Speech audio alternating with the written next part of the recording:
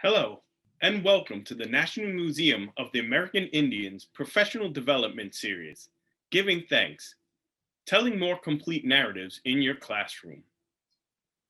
Thank you for joining us. My name is Bert Correa, and I'm Taino, a descendant of the indigenous people of the Caribbean. I work as an assistant program coordinator in education at the museum.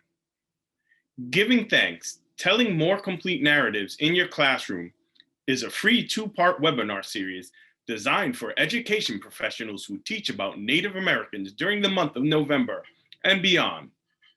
As with our in-person programs, we generally start with the land acknowledgement. We gratefully acknowledge the Native people on whose ancestral homelands we gather, as well as the diverse and vibrant Native communities who make their home here today. For many Indigenous people, belonging is deeply tied to ancestral homelands through relationships with the environment, memories, and cultural experience lived over millennia. In the US, people are increasingly doing land acknowledgements, which can be spoken or written, and are meant to recognize the Indigenous people as the original stewards of the lands on which we now live and work. These acknowledgements should be motivated by genuine respect for and support of Native people. Land acknowledgements are the first step in creating collaborative, accountable, and respectful relationship with Indigenous nations and communities. Many of you may already do land acknowledgements in your classroom. For those of you who are looking for some guidance, the museum has developed a one-page handout, which will be placed in the chat and will also be sent out to teachers and attendees after the webinar. The photograph you see is of Cameron Shenandoah. Cameron is a Wolf Clan member of the Oneida Nation. He's a great smoke dance singer and dancer, and I'm very happy to call him a friend. As I mentioned earlier, I work at the National Museum of the American Indian, which is part of the Smithsonian Institution, a complex of museums, libraries, zoo, and research centers. We have two exhibition locations in Washington, D.C. on the National Mall and in New York City in Lower Manhattan. The Cultural Resource Center, seen on the far right, is where we steward material collections in our care. One of the most common questions we receive from teachers, students, and our general visitors is, why are we called National Museum of the American Indian? The term American Indian is a general way to describe indigenous cultures and communities in the Western Hemisphere. There are nearly 600 federally recognized tribes in the United States, each with its own history, social, and political structure, also with cultural practices and languages. Since our museum represents Native people from the entire hemisphere, you can understand why a term like American Indian or Native American are inadequate to describe the vast diversity that exists among and between indigenous communities. When talking about a tribal community, use culturally specific terms whenever possible. And if you're unsure, the best policy is to ask. We created a one-page handout entitled The Impact of Words, which we'll post a link to in the chat and send out after the webinar as well. It further describes tips for choosing appropriate language when speaking about Native Americans. Central to the museum's mission are strategic partnerships with Native peoples and allies. Collaboration with classrooms across the country is central to our collective effort to teach students more complete narratives about Native Americans and advance our goal to foster a more informed understanding of Native people. We feel honored to work in education and with committed educators like yourselves. The work of our National Education Initiative is at the heart of our work to make social justice rights become a reality.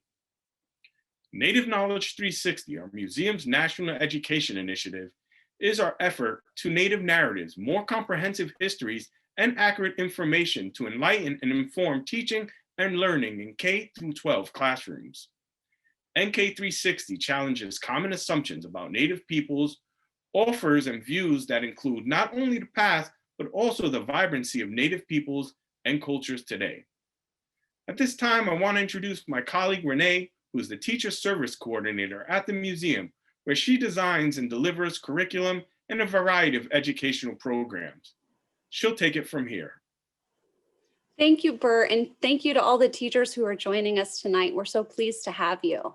I'm coming in today from my home in Fairfax City, Virginia, and I'm a citizen of the Eastern Shawnee Tribe of Oklahoma, as well as a member of the Turtle Clan on my paternal side.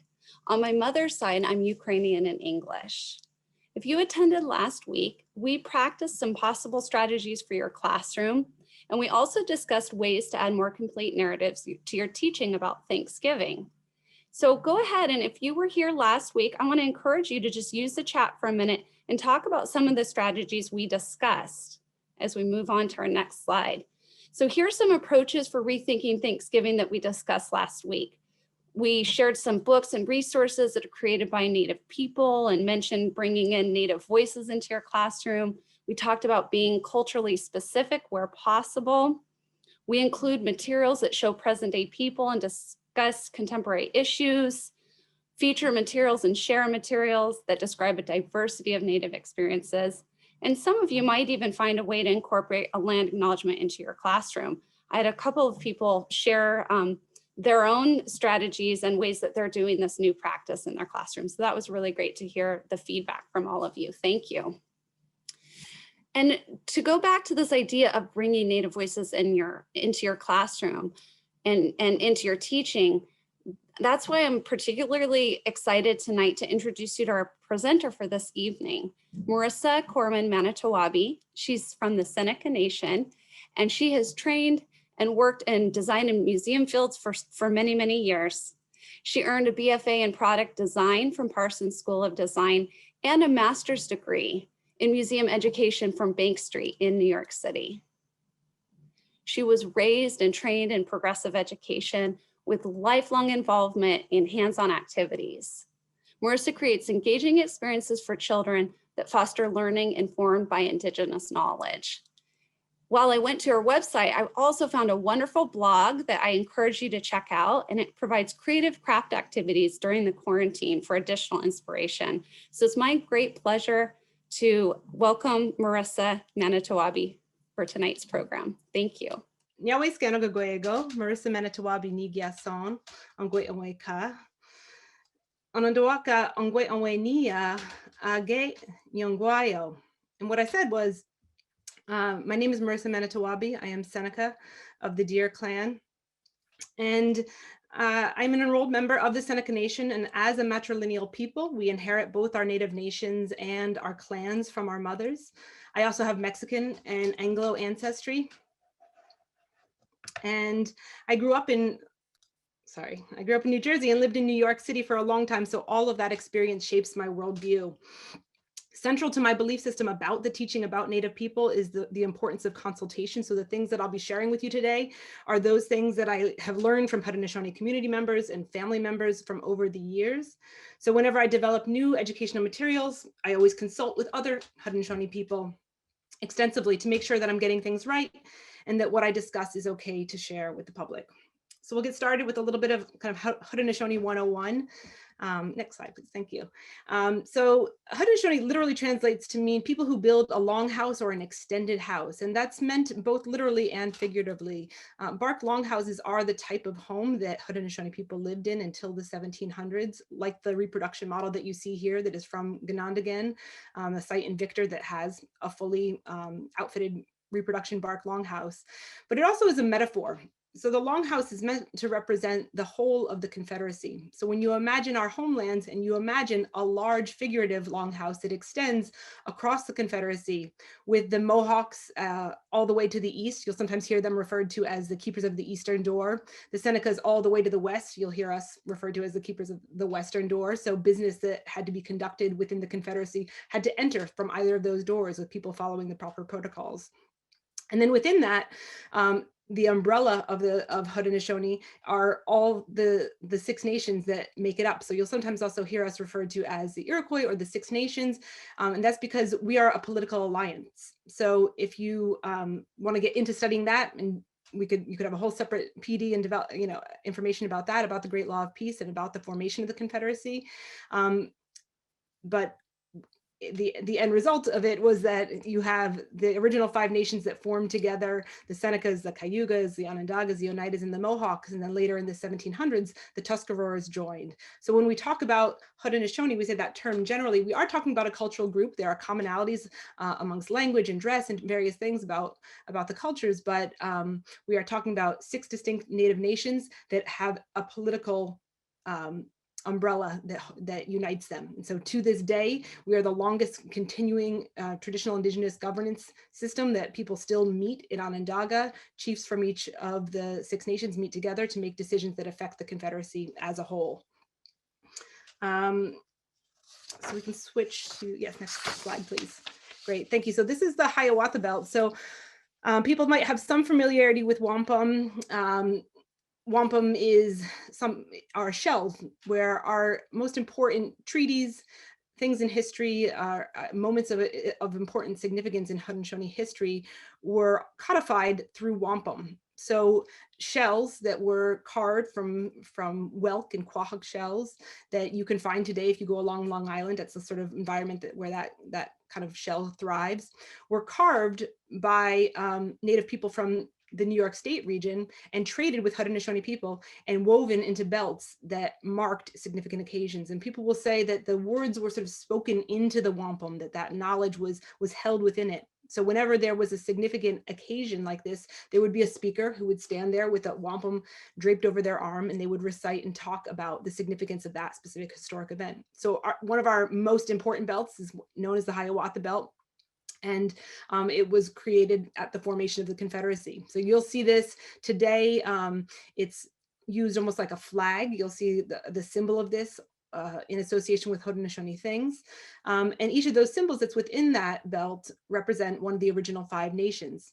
So all the way to the left, we have Seneca, Cayuga, Onondaga at the center. The reason why their shape is different, they're sort of like the heart of the Confederacy. That symbol actually represents the tree of peace that is a part of that story of the foundation of the Confederacy.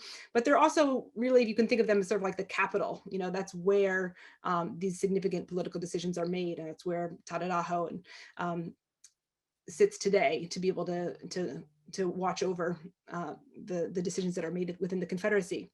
The square to the right of that represents the Oneidas, and the one all the way to the right, the Mohawks. So next slide, please. So this map shows you, it's sort of a time that's been collapsed. It's got all three different time frames that are within there. So we have the purple that represents the homelands, the original homelands prior to contact with Europeans. And then you'll see that extends to east to the Mohawk River and Lake Champlain, north to the St. Lawrence River there, west to the Great Lakes, and south to what is today northern Pennsylvania. The dotted lines represent land that was either lost through treaties or fraudulent sales. And the triangles that you see there represent our contemporary reservations that remain to this day. So we will have that as a resource as well for you to be able to sort of situate and ground students in an understanding of kind of contemporary and historic geographic realities. Next slide, please. So part of why I was asked to talk with you all today is because working with this theme of Thanksgiving and talking about the fact that for many Native people, Thanksgiving is not a holiday that happens once a year, that it's a way of life or a way of thinking about things. And this is very much true for Haudenosaunee people. The Thanksgiving address is also known as the words that come before all else. It's also known as the Gnonyok in Seneca. In all of the 6 languages, there's a different word for it.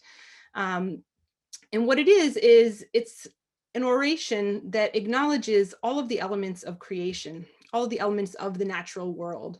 So somebody, a speaker, usually a male, usually somebody from the host community that is hosting whatever event is happening, will stand up and say in the language from their community the words of the Gnonyok. So they'll go through and they'll acknowledge these things roughly in this order. The Gnonyok is not a script per se.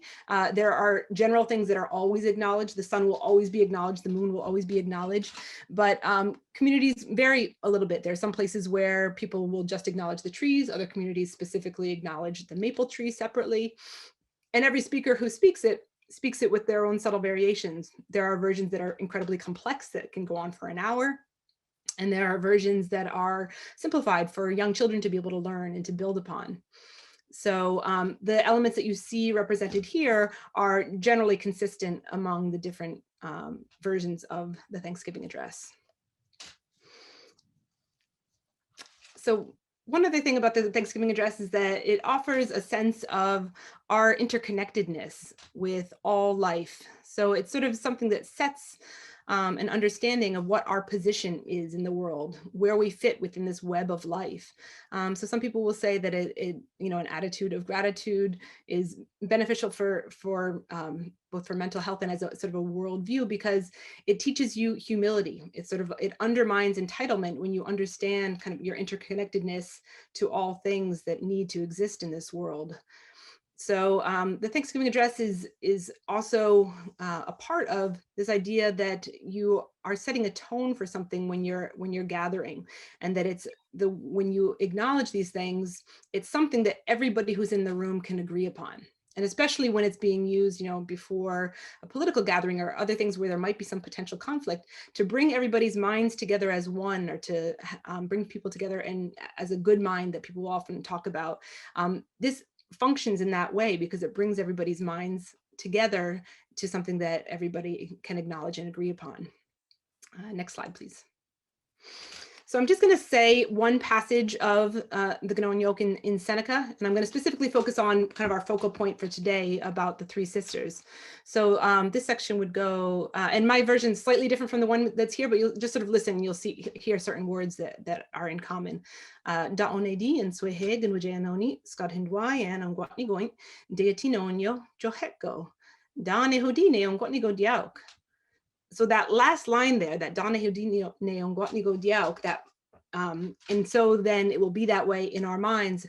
And so our minds are as one. It'll kind of get translated in different ways. That's the part that people acknowledge. If you hear this spoken publicly, you'll hear the men in response, they say, yeah, they'll acknowledge that somebody has said something that everybody is in agreement with. So that's, again, that idea of the coming together of minds, is that it's not just it's spoken by the speaker, but it is acknowledged and received by the audience as well. Next slide, please. So we're going to share with you a short film that was created for the Scano Great Law of Peace Center in Syracuse about the Thanksgiving address that was produced by the Onondaga Historical Association. And it will give you a much richer sense from several different community members about Haudenosaunee community members about the significance of the address. So we're just going to sit back and watch that, and then we'll discuss it a little bit when it's over.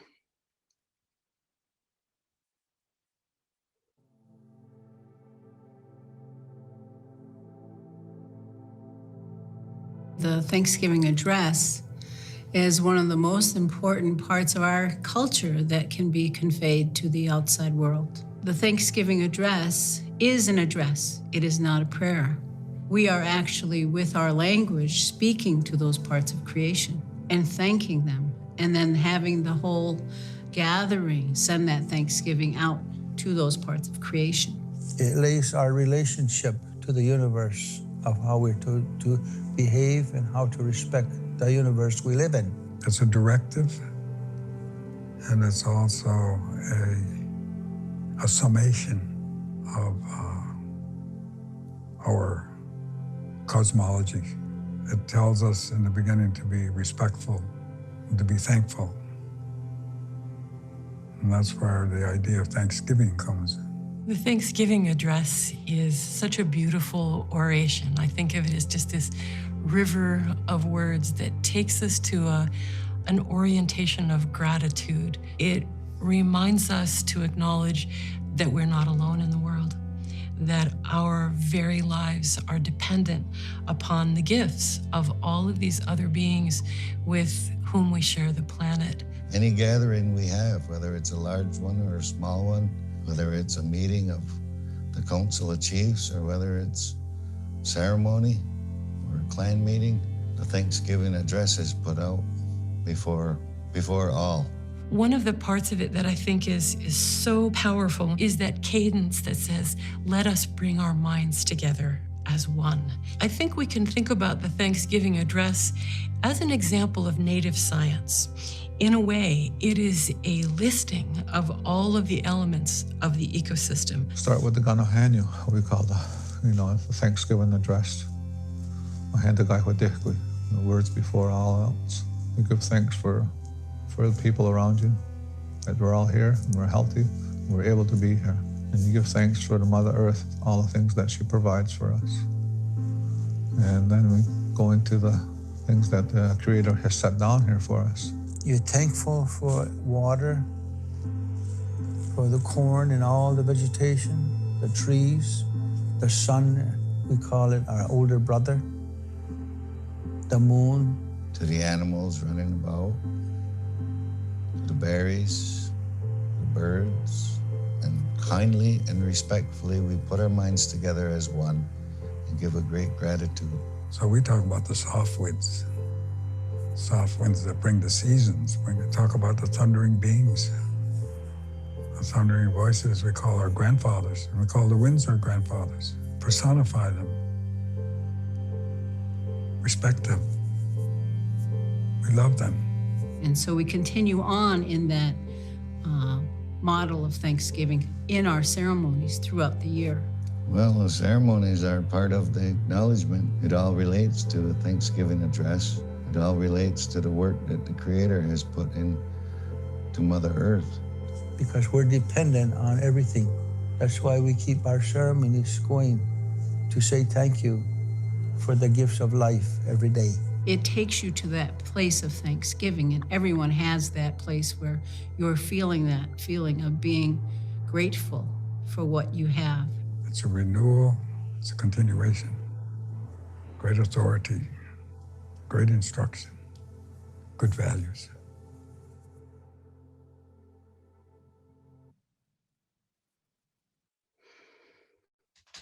So I think what's shared in this film so beautifully, and that gets reinforced over and over again to you as you meet and talk with more and more Haudenosaunee people, is that the Ganonyok, the Thanksgiving address, is the foundation of the Haudenosaunee worldview. It's connected to all other acts of ceremonial Thanksgiving and of acknowledgement to the universe, which is so central to what we do in an annual way.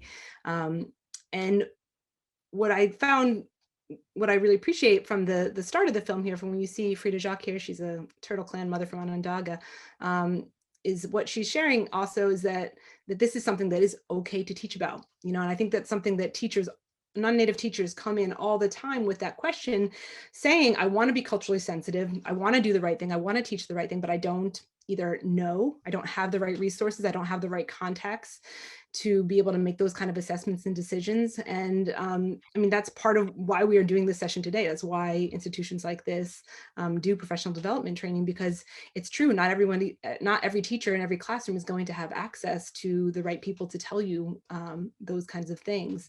I think that at one point in time, we used to talk about the idea that everybody should bring a Native person into their classroom, and that's not always realistic on either end, technically or logistically, to make that happen. So it's important to take heed from our elders who've provided this kind of guidance about things that are topics that are important to discuss, and to listen when somebody says that this is something that is sacred. These are things that we don't share. And then when somebody says this is something that is okay. So that's why we have chosen this as a topic to be able to delve into, and why the Three Sisters is such a worthwhile topic. And I'll go into that a little bit more in the next slide. So we're going to use the chat here to share, if everybody can contribute a few words in the chat about your associations about the Three Sisters. We'd like to hear just some of those words. We're just going to take a minute to get, I can see them flying in. Interdependence, companion planting, nitrogen, stories, farming, mountains, sustainability, amazing. Well, this is what happens when you have this many people on a Zoom call, just flooded with input. And community, that's nice. Yeah, I haven't seen that one before. Community is really central to So much of gardening is really about community. It's not an isolated act. I mean, you can do a version by yourself, but so much of large scale agriculture, it really does connect back to community. Grounding, reciprocity. Reciprocity is an important term too. I think that that's something we talk about a lot in terms of Indigenous knowledge and thinking about what, teaching Indigenous research about how you kind of give back to communities. Reciprocity is something that is modeled within the Three Sisters and the way that they relate to each other, which we'll get more into talking about in the future slides. But saying something about how Indigenous ways are still romanticized, I think that's important because we can also, the Three Sisters is very grounded. It's a topic that is very real, it's concrete, and it's of real significance today. It's not something that is a romantic representation of everything. So we're going to then pull the next slide here. And this is a word cloud that I made with some of the associations that we've seen in the past from teachers. And all you have to do is to peek into the chat to see so many more. I also included some of the words in the language because that's significant too. Intercropping is an important term. We'll talk about that more too, about the type of agricultural system that it is. And the ways in which these plants complement each other, both in terms of the agriculture and in terms of the nutrients. So we can move forward. So corn, beans, and squash. So I want to say one thing about this is that everybody says that this, I can tell you from over the years of doing museum work and interfacing with the public, that anybody who's studied in New York State, it's something of lasting. It lasts in their memory. You'll have people who say, I remember studying about 120 people. They'll say the Iroquois, when I was in 6th grade 50 years ago, and we learned about corn, beans, and squash. It just somehow sticks for everyone. And one thing I want to point out is that, corn is a category. Beans are a category, and that we have many varieties of that fit within each one of these. So when we say a squash, when we're actually talking about the real things that make up the Three Sisters, it's all these specific varieties. So these are images that are from my garden that show you a little bit of that diversity. You can see within the beans that I grew this year that the multitude of forms that a bean can take, and each has its own value in terms of the types of meals that it complements and the ways that you cook it and process it are different. So there's already sort of a diversity and complexity just within this notion of corn, beans, and squash. Next slide, please. So some of the information about the Three Sisters that we'll get into is also covered in this great resource. This is going to be available in the link. This is something that was produced by the National Museum of American Indian several years ago, but still stands as a great resource for teachers today. It's a downloadable PDF that's on their site, and it's full of these kind of 101 topic areas. And so within that, there's a section that talks about the Three Sisters and that positions it within the kind of larger agricultural cycle and the annual cycle of events and things that take place in Native communities. So the things that we will kind of reflect on, or talk about, things that you might ask students to be able to answer and talk about down the road, that content should be able to be found within this resource. Next slide, please.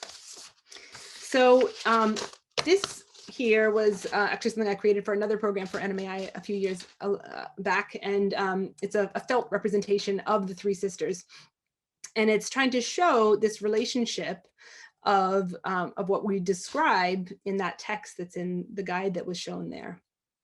So I'll just read that top passage there, and then we'll talk about the relationships that are below there. So the Three Sisters, corn, beans, and squash, are considered to be divine gifts. They also show how well the Haudenosaunee understood horticulture and ecology hundreds of years before the development of modern farming techniques. Each plant serves an essential role in relationship to the other two.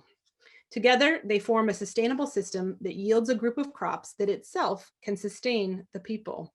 And that word sustain, you'll keep hearing, that word johetgo translates back to our sustainers, that which can nourish us through the winter months. So if you look here, the way that our traditional agricultural system worked is that it was mound agriculture. So mounds that were about 2 feet wide and then spaced about 3 to 5 feet apart would be created. And in some ways, these function, they're similar to sort of the raised bed gardens that are so popular today, because you don't always have ideal soil in an area for planting. And when you build up the soil like that, it creates a space where the roots can grow. And also it's something that you can sort of continue to mound up to support the corn stalks itself.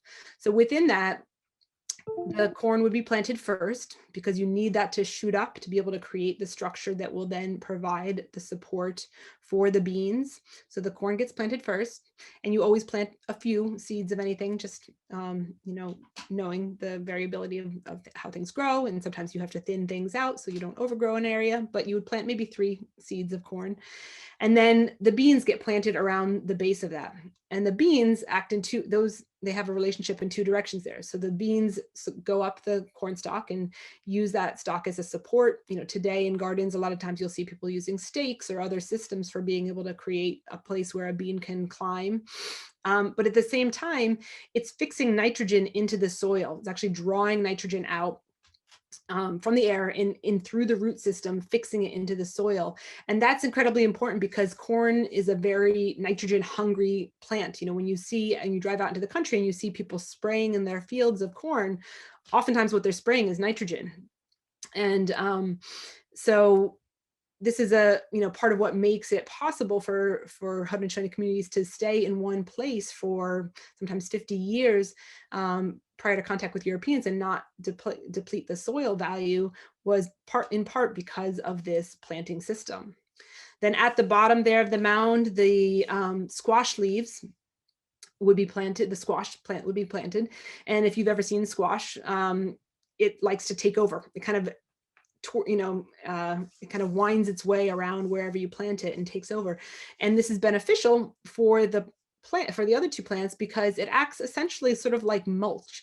It's like something that you're putting over the soil that helps to hold in water. If you have a series of dry days, it'll hold in the water. It helps to keep out weeds and pests. And also, in general, I think one of the words that came up was in the chat, there was milpa. There's a Latin American, a very similar concept of intercropping plants together for the mutual beneficial qualities that they have, that when you plant these things in close proximity, you're creating these smaller ecosystems that then create habitat and places where bees like to come, and where other insects, and you create sort of microclimates that are good for a diversity of other life there. So it is beneficial in all of those ways in the planting.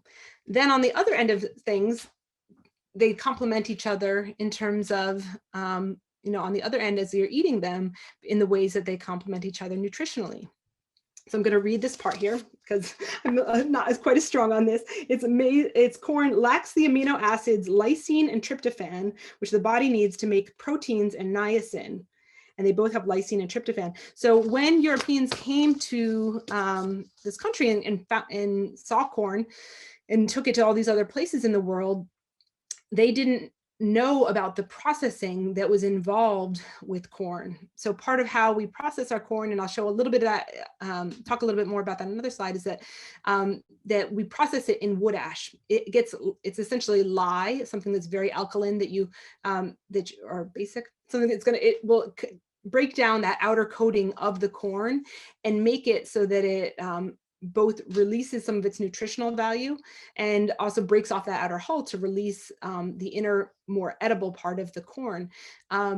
So when people took corn to places in Europe and places in Africa, and people were suddenly planting whole fields of corn and eating that and trying to subsist off of that, they got a disease called pellagra, because they didn't have the proper nutritional balance that would come from the processing of the corn. So, yeah, let's take the next slide, please. So of all the types of corn, beans, and squash that there are out there, Oneont is the general term for corn, and Oneont is the sort of specific Iroquois white corn. Of all of those type, of all the types that are out there, this is kind of like the Haudenosaunee workhorse, you could say. Like, this is the corn that is most prevalent. It's grown widely. It's what you'll see if you're at a community event. There's always soup, or there's cornbread, or there's mush, or sort of like a porridge, things that are being created out of this corn. So this is really like just a highly valued corn, let's say. And it has a lot of different great qualities to it that make it such a prized type of corn. So one of them is its durability and its longevity, which we'll talk also a little bit more about in preservation. It's a type of corn that you can keep around for a very long time. You can eat it, you harvest it in sort of October or November. It gets hung up to dry and fully dry, and then can be eaten really at any time. I mean, actually, you can really eat it at every stage. There's a green stage when it's milky that you do all different sorts of, you can cook all different other sorts of things with. And then there's what you do with it when it's at this stage. And the benefit at this stage is that when it dries, it will last. It can last a decade in this form. So that's one of its amazing assets. And then the other part of it is that it has is the husk. The husk was used for multiple things, and like the seeds, it's a material that dries and preserves. So when you go through the process of hanging corn and making braids to hang them, in that process, you remove a lot of husk, and those pieces would be saved and then dried and kept and preserved to be able to use them for all sorts of different things. So we'll go to the next slide and we'll share some of those things. Sorry, different slide. Okay, so this is showing you here the flour corn. Of these type of the different varieties of corn, there are 5 varieties of corn, and the third one is what this Iroquois white corn that we're talking about, the Oneongan, that flour corn. So when you see it from this side, if you look all the way to the right, that sweet corn that's there, it has a lot of sugar content, right? We know that people with diabetes have to be careful about how much sweet corn that they consume. The flour corn has a much lower glycemic index. It's comprised mostly of corn flour. And so when you see it, if you sort of slice one and break it open, it looks as if you're seeing, regular flour that is pouring out from it. So that's just an important thing. A lot of people, a lot of kids, a lot of teachers even really don't know about all the varieties of corn that are out there. And there are other Haudenosaunee varieties that are dent corns and that are flint corns and even popcorns. And so they're all of those that makes up, part of the diversity of that category of corn. Okay, next slide. So this here is showing you a little bit of sense that, that flour corn that I was describing about the preservation of it, is that the way that it's preserved today is essentially the same as how it would have been preserved prior to contact with Europeans, in that you can, when the corn is grown and left to dry partially in the field, and it still has a little bit of moisture in it, that it's braided and then hung to dry to fully and finally dry. This is done through a process known as husking bees. I mean, some people will just do all of theirs themselves, but it's a ton of work. So communities would gather and support each other when it was this time of harvest. I think that word community came up in the chat. So husking bees would happen, once a year, and everybody would gather and people would just sit and chat and visit and braid corn and make braids that could be anywhere from, you can make a personal braid, something sort of like similar to what I had behind me with maybe 6 cobs on it, or, braids of 30 that get hung up and even more than that. So that quality that I was talking about their ability to be preserved it's you don't need refrigeration, you don't need canning, don't need any other form of processing. And sometimes that sort of the concept of food preservation is something you have to sort of introduce to children, because they're so used to, full access to vegetables and fruits from anywhere in the world, that they can, have strawberries any time of the year.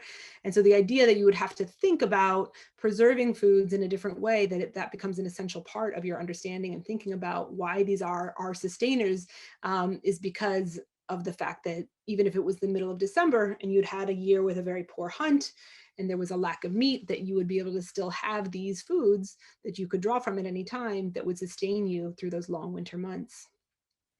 Next slide, please.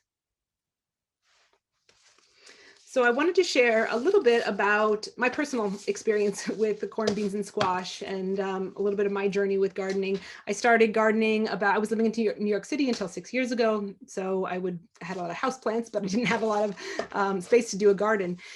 And so I began this journey about 6 years ago.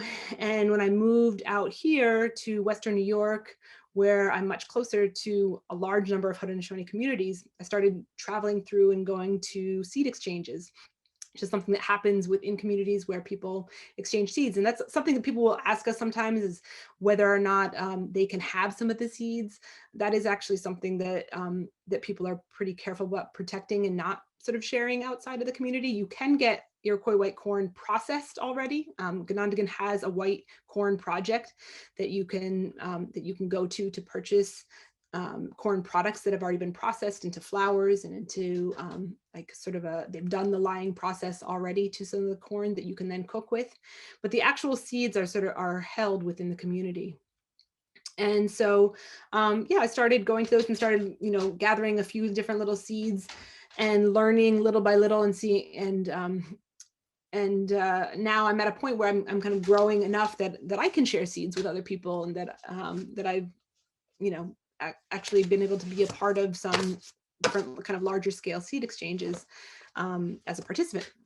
And so this is a picture of my garden, showing you corn, beans, and squash as I was able to do it as a contemporary Native person living in a semi-urban area today, how I was able to achieve that.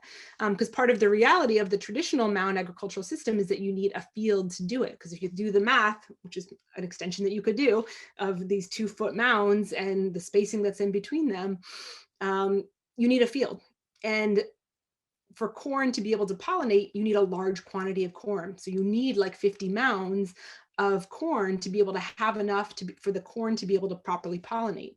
So in order to achieve that on a smaller scale in my small backyard, I did raised beds, and I packed my corn all together so it would be able to pollinate. And then I did my beans and my squash over here. So you can see in that larger image, all the way to the right there's a Buffalo Creek squash. The Buffalo Creek reservation was here in Buffalo. We could do a whole unit just on that. And that squash seed came from somebody who was living there at that time that has made its way into our hands today. What you'll see over there on the behind the back of the other raised beds are 2 different types of beans. One is a cranberry bean that's over there that you can see. These are some of the seeds from. And this next to that is the bear beans that that I grew, and both of those are used both in soups and in cornbread. Haudenosaunee people make a style of boiled round bread that is quite delicious and often has beans or fruits or nuts or other things incorporated into it. And I just wanted to share that, something that has been sort of significant about this year in particular is that, as the pandemic hit, there were a lot of people who were thinking about food sovereignty and thinking about how they were going to be getting their foods in the coming months, when the idea of going to the supermarket became much less appealing and when there were food shortages. And so, as people probably know, a lot of seed companies sold out of their seeds. And the same was true within Native communities. There was suddenly a really high demand for people wanting to grow their own foods. And so I was able to be a part of some distribution efforts to get seeds out to the surrounding communities. Where I am in Buffalo is kind of like a center point to Native communities that are in the area. And so many more people this year than ever were growing their own foods. And I also want to really acknowledge that, there's a lot of work that's been done in different communities around the growing of our traditional seeds. There's great work that's being done at Onondaga. There's great work being done at Oneida, Wisconsin, the Seneca Nation, Gakuyo Farms. There's been so many of these different efforts. And I think that now more than ever, they've really seen a whole lot of support because people recognize that this is not only important for our future and for our food security and our, for creating food systems that are sustainable and healthy, but that there's also something about it that's really healing and that there's just a deep value to doing this sort of agricultural work. So I will just say that personally for me, this has been a really fulfilling journey, and I know that's true for many other people. And just as one more show and tell, I just want to share that those squash that are in the corner there created this squash that's here. And that's the Buffalo Creek squash. So I guess we can go to the next slide. So one thing I want to talk about is just about the physical extension in your classroom, about the activity. So, they kept saying in the front of this that, I have a background in progressive education. I believe that you have to make something with every activity that you do. There's got to be some hands-on component. And I show this example that's here of a longhouse that was made by Jake Gansworth and his family from the Tuscarora Nation. So it's not just done in fourth grade classrooms across the state. It is also done within some Native communities. This is a project that was done up there for many years, where families would collaborate and create all the components of the longhouse. And I think that, some people wonder, are longhouse models problematic? I think what can be problematic about them is when they are done without a lot of information, without a lot of prior investigation about the materials and about the structure and everything that went into creating a structure that really could sustain people through harsh New York winters. And so sometimes if it's done where the teachers just sort of let them use whatever, and they use popsicle sticks and glue and milk cartons and things like that, that sometimes they can leave with this impression that this was shoddy architecture, and that it only can kind of reinforce ideas that people have about Native people being a primitive people. And so I think it's really important that teachers do the work of it really learning about the architecture form itself. I will say the New York State Museum has excellent resources on that, on those kinds of, on the models and plans, but also incorporating into that some of this work around the gardens, because the agriculture was central. We know this, if you read the journals from Europeans who have contact with Haudenosaunee people, they are blown away by the reserves of corn that they had. People, sometimes it's hard to know, they're military journals and there can be exaggeration, but people describe millions of bushels of corn that were stored in Native communities. And as my friend Chandra Miracle likes to say, that our food security was how we were able to flourish so much as a people, because we had those vast reserves of corn. People knew that where their food was coming from, and it allowed people to take the time to make beautiful basketry and to do wood carvings that were so elegant, and all of the fine work and craftsmanship that we see in the objects that our ancestors made. That was made possible because of leisure time, that came with having secure food sources.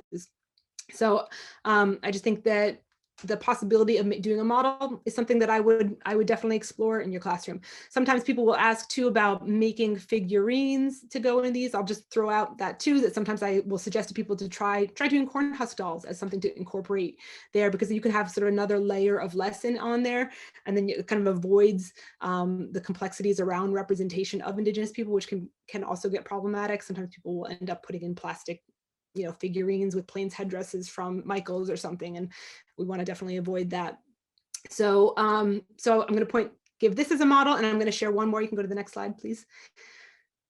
This is a model that I created as part of a small workshop at NMAI several years back. That was done pretty simply. I just used craft covered wire that you can find in the floral section of most craft stores, and bent them into L's with sort of a long top and a short bottom, and drilled holes into cardboard and poked them through. And then we just got a clay. We actually just sort of used that air dry modeling clay, and formed our mounds at the bottom, and then did all the other parts just from cut materials, from tissue paper, and from construction paper. And I just think that as you're giving them all of that content that is in the guide and what we shared here today, if you're having them work and create that with their hands at the same time, there's just going to be a much higher chance that they're going to retain all of that content. So I think that if you are thinking about, how is it that I'm going to sort of come at this from this like multi-pronged approach, I think that when I'm thinking about a unit, I'm always thinking, what's my entry point for students? What is going to be engaging to them that's going to get them hooked on and interested in the unit? How am I representing multiple contemporary Native voices within that? That's what the film is going to serve the function of. In this case, you will have to make the connection for them that, because they don't talk about the Three Sisters specifically within the film, but that the Three Sisters is one of the things that is acknowledged within the Thanksgiving address. And then giving them the science and the kind of indigenous knowledge about, indigenous ecological knowledge about the intercropping and how the plants support each other. And then having them write at the end. So we're actually going to be including for you the felt board that I did as a resource that will be blank where they can fill it in, have them do their writing to talk about all of that. Then you've got your ELA, you've got your math, you've got your science, you've got your arts, you have all of those things integrated, and you have not forgotten about the importance of including, Native voice and perspective. And because this concept as a whole was something that we've already, as the creators of it, thought about the fact that these are, again, topics that are okay for people to learn about, as well as things that are consistent with an understanding of the New York State standards and what their needs are, and consistent with topics that community members want to see reflected about themselves, and that are topics that are relevant historically and in a contemporary way. This can meet all of those different marks. And I always say that, I think that curriculum development for teachers is already the most complicated Venn diagram, and then doing like, Native content adds another layer, another circle into that Venn diagram. But once you've considered it and done all of that work, once you're in that little sweet spot of the area of overlap of considering all those things, then you have a bit of freedom to really play with it and have something that you can create that's your own. So we're just going to go to the next slide, please. And I just want to share that a couple ways that you can sort of stay in touch, keep the conversations going, and continue to be able to learn. This is my Pinterest page. It's at AC Workshops. It's where I just gather good content as I find it. So it's got video links, it's got books, resources for teachers, resources for students, good images. I'm always adding to it as I come across good things. And then the Instagram there, I literally just created, but it's where I'm going to start storing all of this kind of PD content that I've been developing, because I've been doing PDs now for 6 years or so. And there's quite a bit of material that I've gathered in ways that I can't really share in Pinterest. And so I want to use that as a place to be able to discuss and share resources as I find them. And so if you follow me there, you should be able to keep up to date on all of the work that I'm doing. You can also go to my website that's shared there. And all of these links will be shared in the document that's going to be sent out to you, but marissamanitowabi.net. And if you have questions, there is a contact me page there that I am willing to take questions and continue conversations. So I just want to thank you all for the opportunity to share with you all this evening. I think, one last thing is we want to share some resources for high school teachers. So if for some of you who are working with students who are significantly older, you might have need for more advanced resources. This book here is a book I highly recommend for teachers. It's not student facing, it's for teachers. Iroquois Corn in a Culture-Based Curriculum by Carol Cornelius. This has been incredibly influential in my work. Traditional Iroquois Corn, Its History, Cultivation, and Use by Jane Mount Pleasant is an excellent primer that talks about everything from this sort of science perspective, but also gives cultural context for things. And FWWA, the Iroquois Foods and Food Preparation, that's put out by Iroquois Reprints, is also an excellent resource, as well as HETF, the Haudenosaunee Environmental Task Force, who put a book out, The Words That Come Before All Else, that talks about connecting the Thanksgiving address to contemporary environmental issues. So those are all things that you could use to extend and deepen these lessons for older students. And I think that is it. I'm going to just thank you all for having me this evening.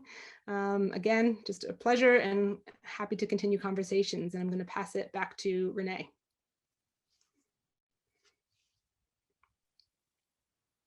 Hi, Bert here. Wow, that was fascinating. Thank you, Marissa. I want to help conclude by saying that showing Native people as a present-day members of their communities that continue to strive to keep their cultures alive and vibrant works to advance our work and is helped made possible by everyone here tonight. I'd like to add before we go that we'll post a link in the chat to where you can learn more about the National Museum of the American Indians Native Knowledge 360 initiative. This initiative provides educators and students with new perspective on Native American history and culture. On this website, you can find online classroom lessons, guided student programs, and other teacher training opportunities like this one. Please keep an eye out for past webinar recordings on our YouTube page at Smithsonian NMAI, and thank you all for joining us. Have a good night.